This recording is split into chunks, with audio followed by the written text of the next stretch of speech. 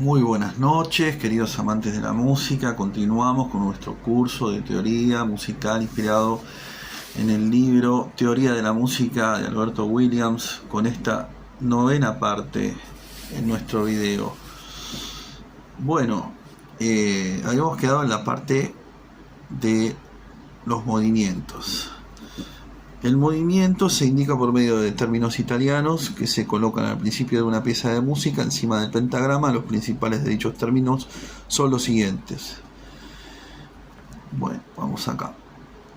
Acá tenemos unas tablas, una lista con los términos en italiano y sus significados, ¿sí?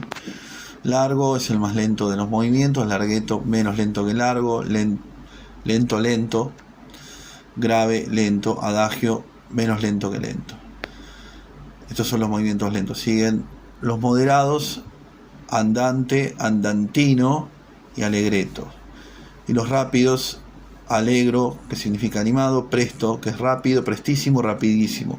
Es el más vivo de todos los movimientos. Términos que traducen la alteración gradual del movimiento. Acelerando, stringendo, ¿sí? Fíjense cómo se anotan, porque así es como deben estar anotados en la partitura, ¿sí? Acelerando, stringendo, que es apresurando, ralentando, que es reteniendo. Los primeros acelerando y stringendo son para animar, y para retener tenemos ralentando, retardando, que es retardando, alegrando, es largando, alargando, ¿sí? Así es como se anotan, tenemos que tenerlos en cuenta. Los términos, el tercer término, términos que traducen la suspensión del movimiento: ad libitum, a voluntad; a piacere, senza tempo, sin compás, gran pausa, gran silencio, ¿sí? Así es como se anotan en la partitura, lo tenemos en la columna del medio. Después tenemos 4 términos que traducen a la vez la disminución del movimiento y la intensidad del sonido: calando, morendo, perdéndose, esmorzando, ¿sí? Disminuyendo la fuerza y retardando en el tiempo. Esto tiene que ver con la entonación, ¿sí? Bueno, seguimos. Tenemos acá términos que indican la vuelta al primer movimiento: a tempo, a compás, primer tempo, volver al tiempo inicial, ¿sí? Bueno, acá tenemos la lista. 6 términos que pertenecen al carácter: afectuoso, agitato, amabile, amoroso, animato, apasionato, ardito, brillante, cantabile, cómodo, con ánima, con abandono, con brío, con delicadeza, con elegancia, con foco, con furia, con gracia, con moto, con espíritu, con tristeza, deciso, doloroso, enérgico, expresivo, feroz, giacoso, grandioso, impetuoso, ligero, lúgubre, disingando, melancólico, marcial. Siguen mesto, que significa triste; misterioso, moderato, mozo, que significa animado; nobile, noble; patético, pesante, plácido, pomposo, risoluto; scherzando, sciolto, suelto; simplice, sensible, sostenuto; stinto, apagado; strepitoso, tempo giusto, tempo preciso; tranquilo, vivace y vivo. Las alteraciones de la intensidad del sonido, del movimiento y las articulaciones determinan el carácter de una pieza de música. En este sentido, el vocablo carácter es sinónimo de expresión. Se indica la suspensión del movimiento durante un tiempo equivalente más o menos a una respiración por medio del signo siguiente, llamado calderón.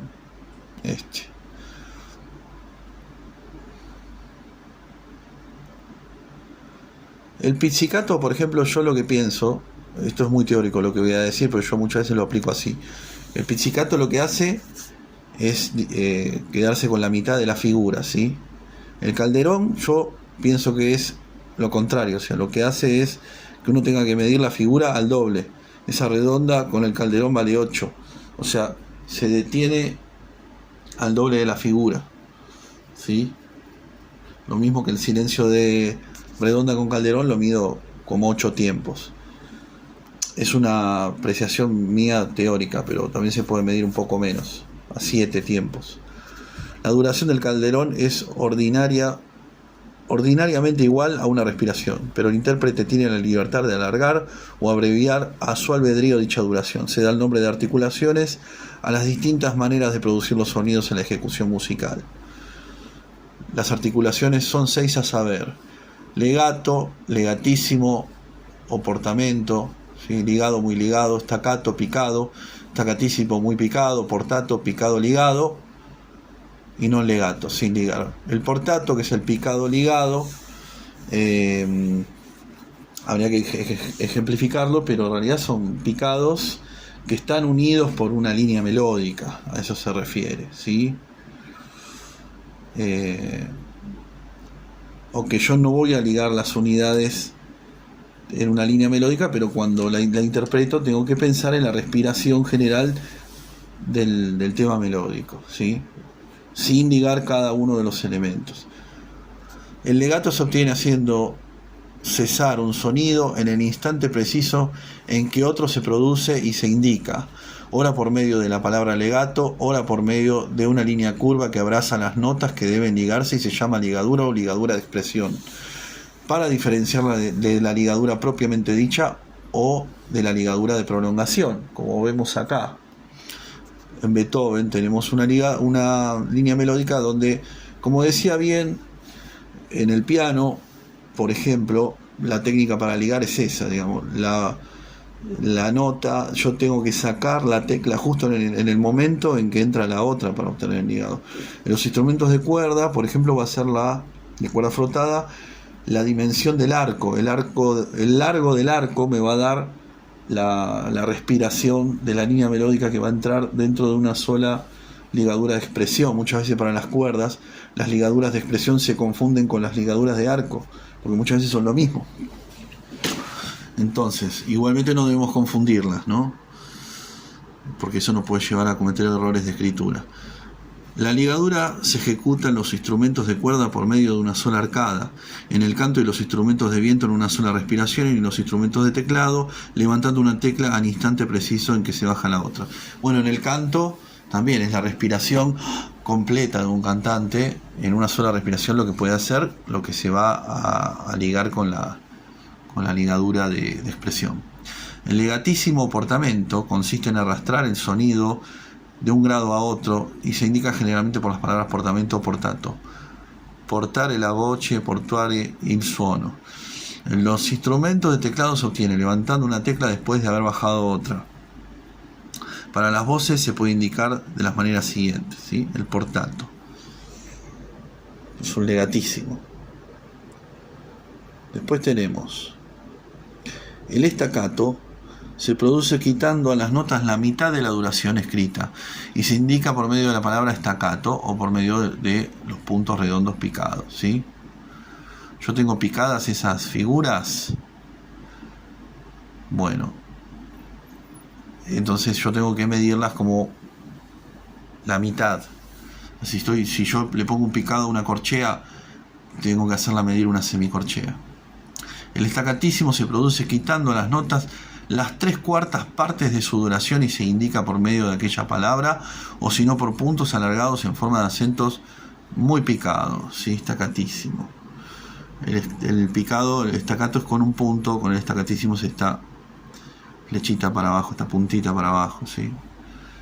Y le quita a la figura las 3/4 partes de su duración, quiere decir que es la mitad del staccato.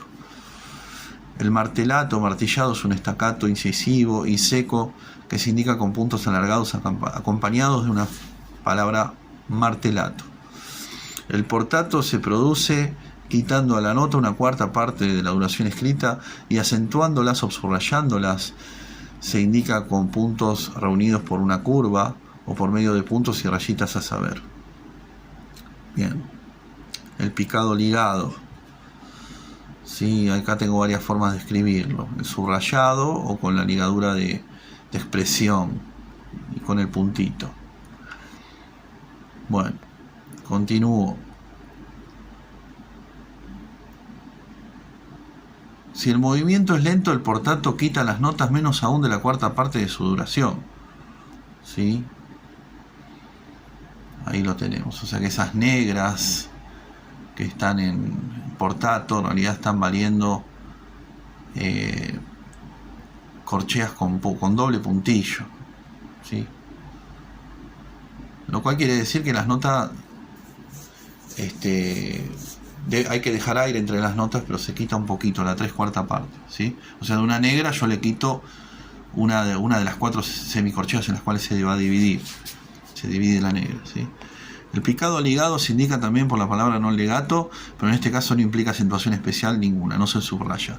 Las indicaciones escritas en las piezas de música son a veces insuficientes para producir la expresión. Obsérvense entonces las siguientes reglas. Reglas sobreentendidas de la expresión. Se acentúan la primera nota de cada grupo de 2, 3, 4, 6, 8 y también la de los grupos irregulares 5, 7 o más notas, ¿sí? Acá vemos cómo acentúa la primera de cada grupo. Esto también nos sirve para entender los compases, porque la primera nota después de un grupo de 4 negras en los compases de 4 tiempos, acentúa la primera, es el tiempo fuerte. O sea, ¿por qué los tiempos fuertes se acentúan en el comienzo de cada compás? Y bueno, eso es lo mismo que estábamos diciendo acá. Es porque está agrupado. Los compases en definitiva son formas de agrupar notas, por lo tanto la primera se acentúa. La primera de 2 notas ligadas, ¿sí? Siempre va a tender a acentuarse. La primera de un grupo de notas ligadas también. Siempre acentúo la primera en los grupos de notas ligadas en las melodías, salvo que el compositor me pida lo contrario. La nota precedida por un silencio o por otra nota staccato también se acentúa, se tiende a acentuar, ¿sí? La nota precedida por otra más breve, claro, eso tiene que ver con la gógica, ¿sí? Siempre la llegada a la nota larga perceptualmente se acentúa, ¿sí? Los tiempos fuertes de cada compás. Acá vemos el de 4, el de 2, el 3 y el de 4, lo que vimos recién. El de 4 tiene un semifuerte, también lleva un acento no tan fuerte, pero hay que diferenciar un acento del otro. El fuerte del semifuerte, acá Williams lo expresa de la siguiente manera. Lento, también los grupos de 3, acentúo cada grupo, pero como la primera nota del compás se va a acentuar más fuerte. Vivo, lo mismo. Bueno, acá hace la diferencia entre el tiempo lento y el tiempo rápido. El lento y el vivo, cómo acentúa diferente. Para el lento, el segundo grupo de 3, y para un tiempo rápido como el vivo, le pone una rayita. 7 las síncopas también van acentuadas ya perceptualmente. Las apoyaturas también perceptualmente van acentuadas. Por más que no se ponga, se acentúan, salvo que el compositor diga lo contrario. Las notas de larga duración, sobre todo en el piano, también criterio agógico, por más que el sonido se extinga, hay 2 redondas ligadas, lo cual en el piano es una abstracción, porque el sonido se va a extinguir. Regla general de los matices: se emplea el creyendo cuando ascienden los sonidos y el diminuendo cuando descienden. Es una regla general, sobre todo para los instrumentos de viento, para los cuales siempre uno tiene que poner más fuerza hacia los agudos y menos fuerza hacia los graves. Es natural que eso suceda en muchos instrumentos, ¿sí? Pero no es algo absoluto, porque en los instrumentos de teclado, por ejemplo, no vale este criterio. Aunque sí, bueno, de las frases melódicas, pero muchas veces el compositor puede pedir lo contrario, que se vaya en un decreyendo hacia los agudos o un creyendo hacia los graves. Es muy común también. Alteración del movimiento, se acelera el movimiento en las progresiones ascendentes, en el creyendo, en los pasos de carácter agitado y apasionado. Sí, son reglas generales. Va a tender la música hacia eso, pero muchas veces los compositores también piden lo contrario. Se retiene el movimiento en las progresiones,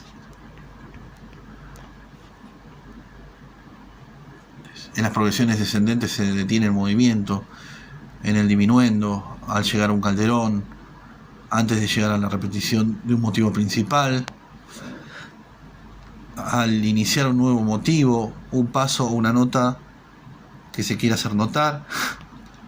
Al finalizar una parte, al finalizar una pieza de música, sobre cuartas, notas de un carácter atractivo, notas que se prolongan, sobre ciertas notas de un carácter atractivo. Son reglas muy generales, y muy teóricas también. O sea, yo estoy de acuerdo en que hay una tendencia a que esto ocurra naturalmente, pero siempre eso puede variar también, puede estar condicionado a otras cuestiones, por lo tanto no se dan estas reglas. Bueno, tenemos el acento agógico, donde la nota larga, la caída en la nota larga acentúa.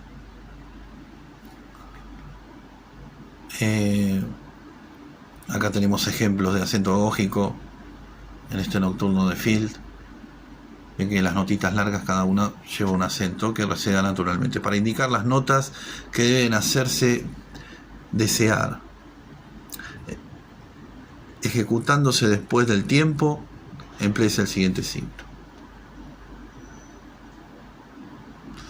Está bien. Del tempo rubato.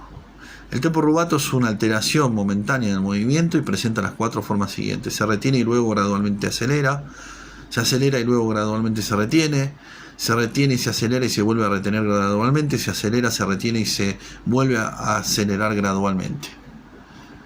¿Sí? El tempo rubato es propio del romanticismo, como vemos acá en toda música para piano romántica.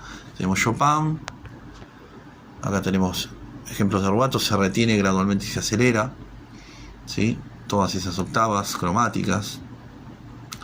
Se acelera y gradualmente se retiene, ¿sí? Se retiene, se acelera y se retiene gradualmente, ¿sí? Bueno, del metrónomo. Quede claro que el tempo rubato es propia, una música más, o elementos propios de la ejecución, de la interpretación romántica, lo cual no quita que en la música clásica haya rubato. Había menos, pero el criterio de rubato siempre estuvo. Lo mismo que en el barroco. Escuchamos la música de Bach, que es toda, parece metronómica, pero no es así. También hay rubato para la música de clave, de teclado, para la música para los conciertos. No, en ningún momento podemos pensar que la música va a ser toda metronómica. O sea, independientemente del género, siempre va a haber un mínimo rubato, que es propia de la expresión del intérprete. Y muchas veces ese tempo rubato también hace al estilo también de cada periodo. Obviamente que en el romanticismo o en el postromanticismo el tempo rubato es mucho más exagerado, más visible, ¿sí? Sobre todo en la música para piano. Bueno, con el fin de precisar el movimiento general de las composiciones, suelen los autores servirse del metrónomo, aparato provisto de un mecanismo de relojería, de un péndulo con peso movible y de una escala graduada que indica el número de oscilaciones por minuto entre 40 y 208. Bueno, este libro fue escrito en el 1800, hoy en día podemos utilizar perfectamente un metrónomo digital o algún programita, alguna app de la computadora, en el celular, es lo mismo. Tenemos el adagio con la corchea 60, el andante, negra 84, alegro, negra 126, negra con puntillo 126, el presto, la blanca 152. El metrónomo es además muy útil para desarrollar el sentimiento de ritmo y para graduar la velocidad de los ejercicios técnicos, ¿sí? Vamos con los adornos. Los adornos o notas de adorno se indican por medio de notas pequeñas que se colocan antes o después de una nota principal, de la cual toman el valor que necesitan, y también por medio de signos. Los adornos tienen por objeto dar variedad a la composición. Los adornos principales son los siguientes: la apoyatura, el mordente, el grupeto, el trino, la fermata o cadenza. De la apoyatura. La apoyatura se coloca delante de una nota principal a distancia de grado. La palabra apoyatura deriva de la italiana appoggiare. ¿Qué quiere decir apoyar? Hay dos clases de apoyatura, la larga y la breve. La apoyatura larga toma la mitad de duración a la nota que le sigue y se acentúa, ¿sí? Toma la mitad de la duración. delante de una nota con puntillo, la apoyatura larga toma las 2/3 partes de su duración. Acá tenemos. Claro, está bien. O sea, se pone el valor de la figura original como apoyatura larga antes de una nota con puntillo. Perfecto. De esta manera, escribir las apoyaturas largas ha caído en desuso. Hoy se escriben según la notación normal. La apoyatura breve se indica por una corchea cortada por una barra oblicua. Se ejecuta rápidamente tomando una parte muy breve de la duración de la nota que la sigue y se acentúa. Bien, aparece la corcheita tachadita, ¿sí? Esa es la apoyatura que se utiliza hoy en día. Excepción, en las obras de Chopin y de los compositores modernos las apoyaturas breves se ejecutan rapidísimamente, tomando su duración a la nota que precede. La nota que se acentúa es la que sigue. Son muy cortitas, ¿sí? La mitad que las anteriores, ¿sí? La doble apoyatura se escribe generalmente por medio de 2 semicorcheas, una de las cuales es superior y la otra inferior a la nota principal. Se ejecuta del mismo modo que la apoyatura breve, ¿sí? Bueno, cabe destacar algo ahora que yo aprendí en el conservatorio, quizás lo diga en algún momento, respecto de las apoyaturas. Puede comprenderse a sí mismo bajo la denominación de dobles apoyaturas los siguientes casos. Ahí lo vemos. Bueno, con respecto a las apoyaturas y al resto de estos adornos que estamos viendo, está la forma antigua y la forma moderna, ¿sí? Antiguamente la nota tenía que caer en el tiempo fuerte, ¿sí? Robarle a la nota larga, a la nota siguiente, para no alterar el tiempo, ¿sí? Esto en el barroco, el preclasicismo y algunas cuestiones del clasicismo. En los periodos posteriores ya utilizamos la forma más moderna, que es también robando a la figura larga, pero no necesariamente tiene que caer estrictamente en el tiempo, ¿sí? Puede robarle antes de la barra de compás. Esto es propio de la interpretación romántica, ¿sí? Del mordente. El mordente está formado por 2 notas conjuntas que se ejecutan rápidamente y toman una parte de la duración a la nota que le sigue. Se escribe por medio de semicorcheas o de los signos. Esto es una M o una M cortadita, y se acentúan por medio de la primera nota, ¿sí? Tenemos el mordente superior, el inferior. El superior se escribe con la M y el inferior con la M tachada, ¿sí? Es muy rapidito y cae sobre el tiempo el mordente. En las obras de Chopin y los compositores modernos, los mordentes se ejecutan con la mayor rapidez posible, tomando su duración a la nota que los precede, ¿sí? La nota que se acentúa es la principal.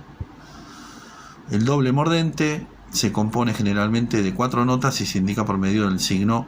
Es un mordente más largo, una M más larga. Bien. Acá tenemos dobles mordentes. Fíjense abajo cómo se debería escribir, ¿no? Ese mordente. Bien, el grupeto está formado por grupos de 3, 4 o 5 notas y se escribe por medio de semicorcheas o se indica con los siguientes signos. Los grupetos, ¿sí? Superior e inferior. La nota que se acentúa es generalmente la principal, ¿sí? Tenemos grupetos de 3, superior e inferior, grupetos de 4, ¿sí? Miren, acá esto es muy interesante, que se ven las partituras de Beethoven, de Mozart. Está el grupeto y se aclara si alguna nota va a estar alterada dentro del grupeto, ¿sí? Por ejemplo, acá va a estar el sol sostenido, se acentúa que la nota inferior va a llevar un sostenido y la superior va a llevar un bemol, ¿sí? Está muy bien aclarado. Grupetos de 5 notas también, lo mismo. Tenemos que aclarar las alteraciones. El signo, este signo, grupeto, se indica que el grupeto debe empezarse por la nota superior y el otro por la nota inferior. El primero de estos signos ha caído en desuso, se utiliza el inferior, ¿no? Bueno. Del trino. El trino consiste en la repetición alternativa y rápida de dos notas contiguas que forman entre sí un intervalo de segunda mayor o menor. ¿Sí? El trino se indica por las letras TR o la TR con es como un mordente largo, ¿sí? donde se expresa después del TR. En el TR comienza el trino y después la duración del trino, ¿sí? Colocadas encima de una nota y se ejecuta con la nota superior a esta. El trino puede tener preparación y terminación. La preparación consiste en empezar el trino por la nota contigua superior o inferior a la nota principal, y la terminación en concluir el trino por dos notas, como los ejemplos siguientes. Bien, acá vemos cómo comienza el trino por la nota superior y se escribe la terminación. Está muy bien logrado esto, muy claro en los ejemplos. Y en el otro, la nota inferior, y bien como la nota superior está bemolada y su terminación. Excelente. De la fermata o cadenza, ¿sí? El término fermata ha quedado en desuso, se utiliza el término cadenza o cadencia, ¿sí? Fermata o cadencia es un grupo de notas que se ejecuta generalmente después de un calderón y ad libitum, o sea, no se miden. Acá tenemos una cadencia propia de Beethoven, ¿sí? Después de una nota larga con calderón.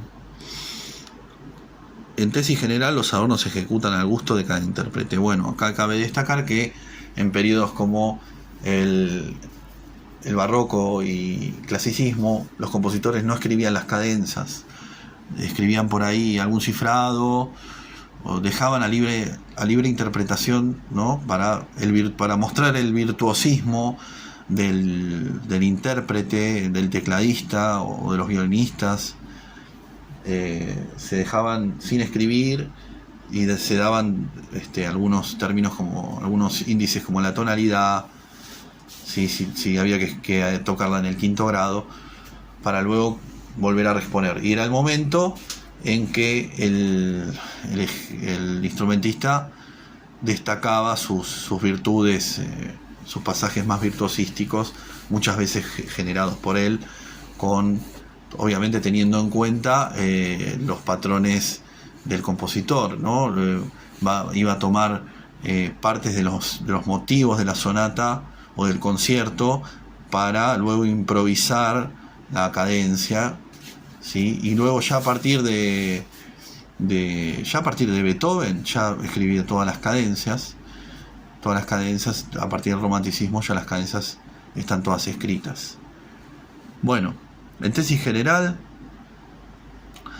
de las abreviaturas. Las abreviaturas tienen por objeto abreviar el trabajo de la notación. Las más usadas son los dos puntos de repetición. Ya sabemos que volvemos al pasaje donde comienza, ¿sí? El signo de repetición, este signito, ya en la época hay partituras de Bach que la utilizan. Yo por lo menos en mis clases de fuga barroca, ese simbolito ya aparecía de repetición, que indica el punto donde debe empezar la repetición. Las letras da capo desde el principio al signo, que indican la repetición desde el principio o desde el signo. Muy bien. El signo que indica un silencio de dos o más compases, grandes silencios también. Es como que armo un silencio muy largo y le pongo el número de compases en las voces que van a callar donde determinado instrumento.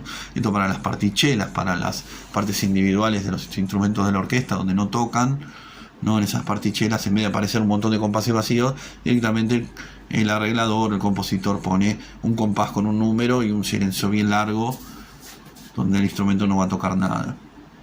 Y debe medirlos, debe saber esperar para luego volver a entrar en la parte que le corresponda. Bueno, abreviaturas principales, tenemos la redonda con 4 puntitos, abajo tengo 4 negras, la redonda donde se le pone una raya abajo, la divido en 8 corcheas. Bueno, y acá están los más usados, estos de acá, se ven mucho en las partituras, no en todas, pero para abreviar, vemos por ejemplo la blanca, le pongo abajo una rayita que en realidad representa el ganchillo de la corchea, divido en 4 corcheas. A la negra le pongo doble ganchillo, la divido en 4 semis. A la negra le pongo triple ganchillo, la divido en 8 fusas. Y así. Miren acá este ejemplo de la blanca. A la blanca le pongo un 6 arriba del seisillo, abajo el ganchillo de la corchea, y tengo un seisillo de corchea en los cuales se divide la blanca. Lo mismo con las dos negras, ¿sí? Esto lo hacen mucho los compositores, ¿sí? Para evitar tener que reiterar nuevamente muchas cosas. A veces puede ser poco clarificador para los instrumentistas que no están acostumbrados a leer en este tipo de abreviaturas, pero la realidad es que sintetiza, que mejora mucho la comprensión del trabajo, sobre todo para ponerse de acuerdo en la orquesta. Bueno, vemos todas las divisiones, están muy bien logradas. Acá esto, por ejemplo, se ve bastante, o sea, son como blancas, pero con donde se le pone un ganchillo unido, como si fuera un grupo de 2 corcheas, está representando que se dividen en 4 corcheas. Arriba tengo lo mismo, son como fusas con cabezas blancas. Puede prestar a confusión si uno no conoce este tipo de escritura. Bien, este tipo de notación. Nociones acerca de la forma musical. Esto es muy interesante, ¿sí?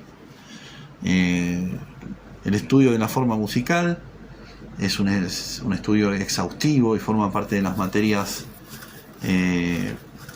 más profundas del estudio de la música, para las cuales tenemos que ya tener conocimientos previos del lenguaje musical muy bien adquiridos para poder pasar al estudio de la forma musical, o también hoy llamada morfología, ¿sí? En este caso, digamos, vale aclarar que existen muchas teorías con respecto a la forma musical.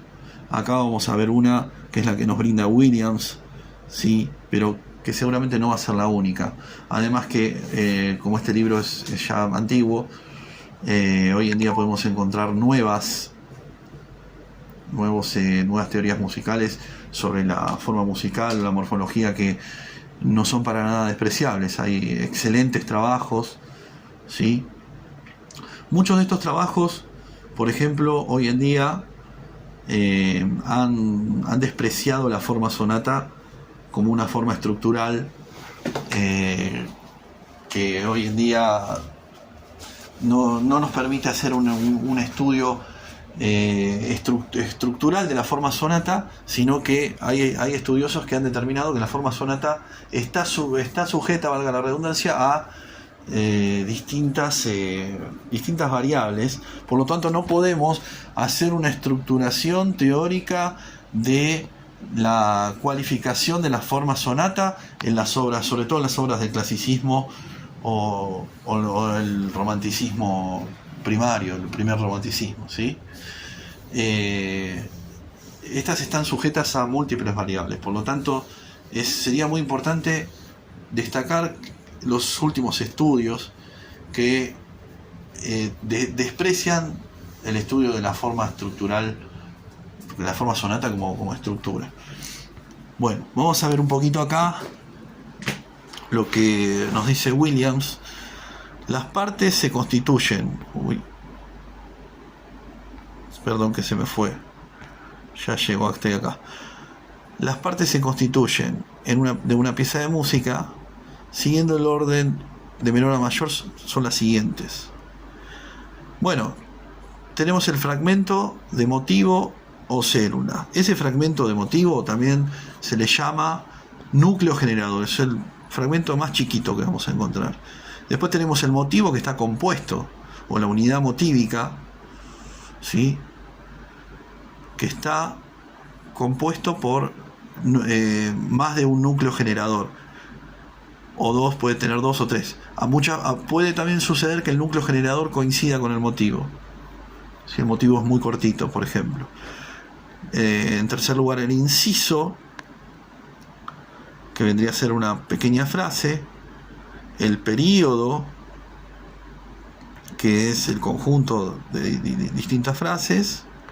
Y la parte, ¿sí? Se llama motivo a las notas comprendidas en el espacio de un compás. Inciso es la reunión de dos o más motivos, frase la de dos o más incisos, periodo la de dos o más frases, parte la de dos o más periodos. Bueno, las piezas de música pueden clasificarse en los siguientes géneros: romanza, minueto, scherzo, estudio, variaciones, fantasía, pieza sinfónica. Bueno, con respecto a las nociones acerca de la forma musical, fue muy breve. Hay que practicar mucho, ¿sí?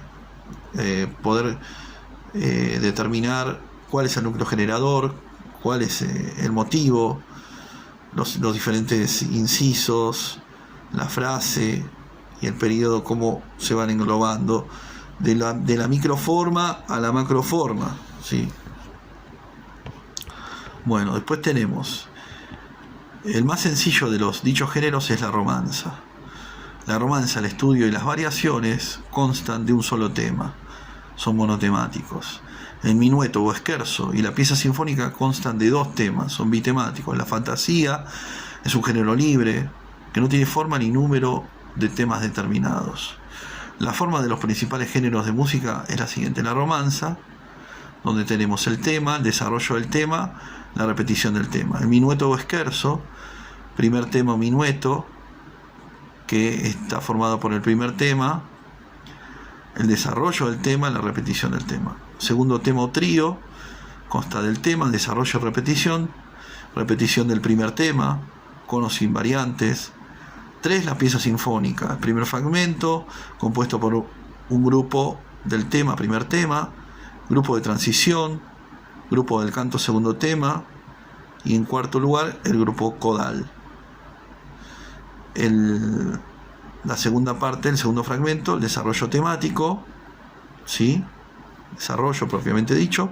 Y la tercera parte el tercer fragmento del minueto, de la pieza sinfónica, estamos acá, es la repetición del primer fragmento con ligeras variantes y una coda mayor a veces, o 2 y hasta 3 codas.